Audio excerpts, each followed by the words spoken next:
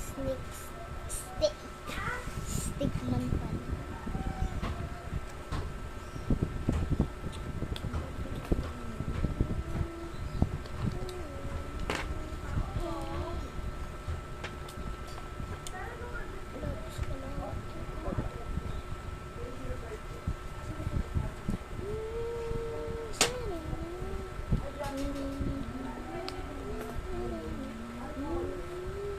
Ayan na guys, tapos na ako sa mga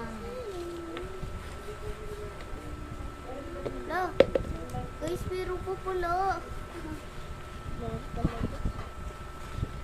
Pero okay na yan.